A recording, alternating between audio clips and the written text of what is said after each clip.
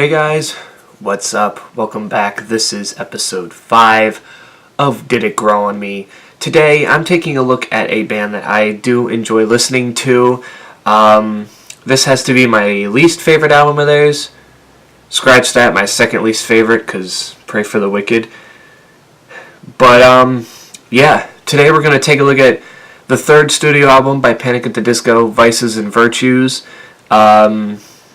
So basically what I'm going to do is I'm going to go through a little history of it, and I'm basically just going to tell you after a couple more listens if it has grown on me or not, because I was just underwhelmed with this thing with the first listen, so I was like, let's see if anything's changed over the years. So without further ado, let's just get it started.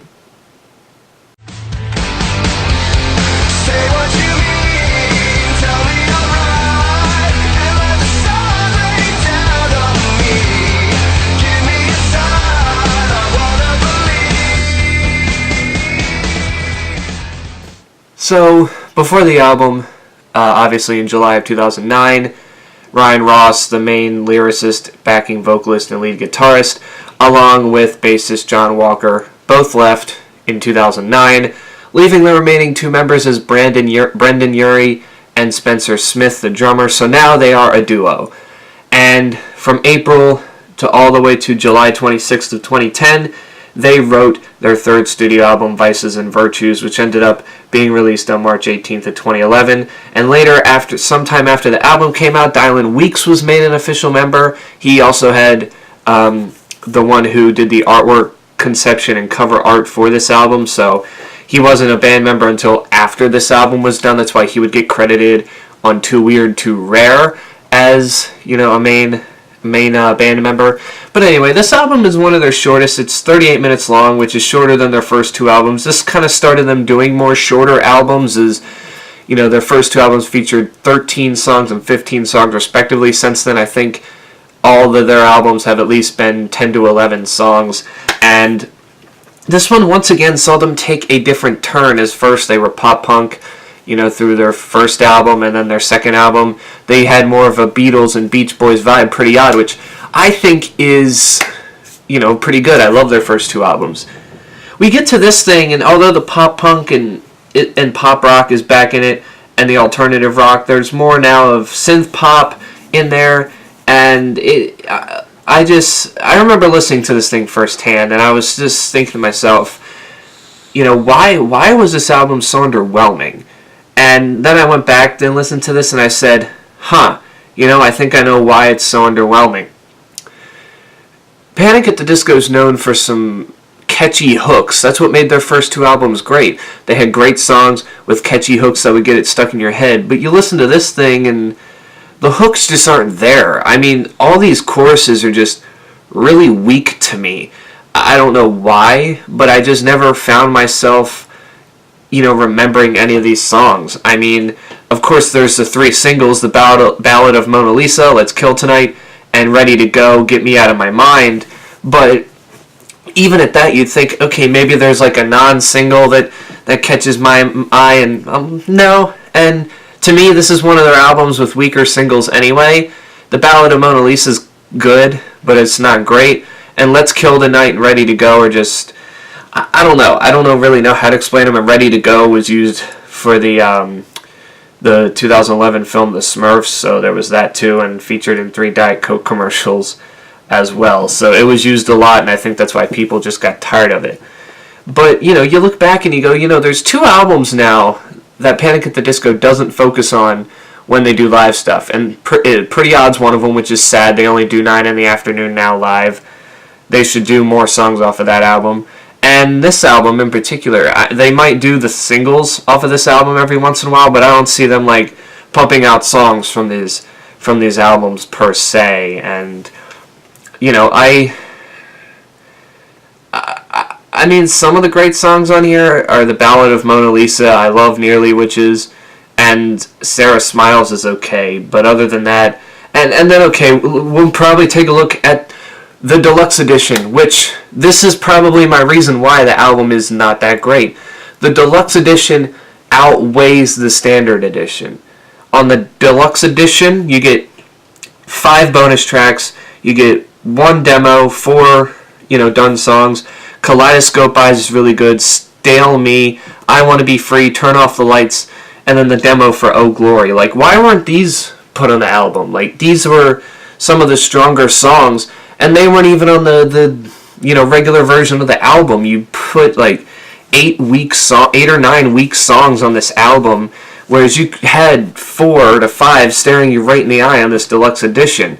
And usually when a deluxe edition is better than the standard edition, there's a problem on the album. And once again, other than the non-catchy choruses, I can't put my finger around it. To me, Brendon Urie has never been a fantastic lyricist, and that was the problem. I think that was the main problem.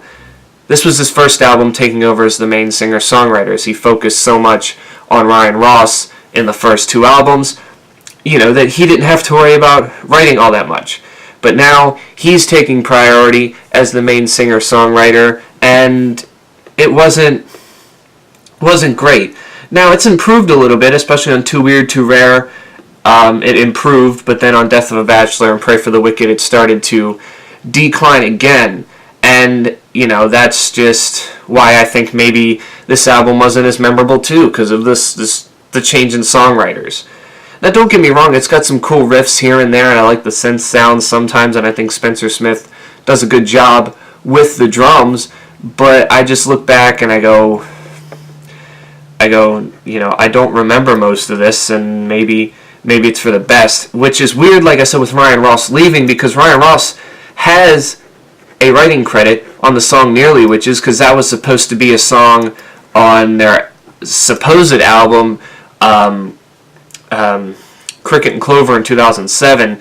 They just kind of redid it a little bit, but Ryan Ross, since he still wrote majority, gets the credit on that despite not being any part of the album at all. So, yeah. But now we're going to see if this album grew on me. No, it did not, really. It's boring. It's boring. This is one of their albums I went back into, and I'm just like, wow, I am just not interested. I hesitated, I didn't want to listen to it a second time. After I listened to it the first time, I was like, but that's my rule, minimum of 2 times listen before I go and say anything else. And even the second time was a lot worse, because I'm just like, now I gotta sit here through this song again that I don't even want to hear. But, I'm not just going to skip it. I got to be fair and listen to all the songs, all the way through twice. And like I said, these are short songs other than the 3 4-minute songs that are on here, or the 4 4-minute songs if you want to count the deluxe edition. But I heard the deluxe, I just listened to this album and then listened to the 5 songs in the deluxe edition separately, just so I didn't have to murder myself for an hour at a time each time. So yeah, but yeah, I mean, this is their second least selling album. I think it sold 7th. And since then they've rebounded, if you want to call it that. To me, it's more just Brendon Urie's solo career now. But I feel like their past 3 albums have at least had songs that made you go, this is pretty catchy. No matter the change, it still gets stuck in your head. This album, I was left wondering, like, what happened? And once again, band members left. You had a new guy take over as a singer-songwriter, and in the end, we just kind of get a jumbled mess, in my opinion. Stuff that sounds like a bunch of demos that just weren't anything spectacular. And I can see why this album didn't do as well, and I can see why they don't really go back to this album that much in the live setting, because there's really not...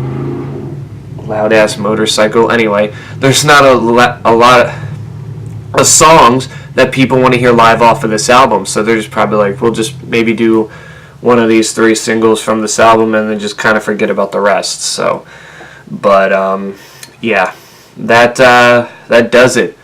Tell me this thing did not grow on me at all. So, still not their worst record, but probably their second worst.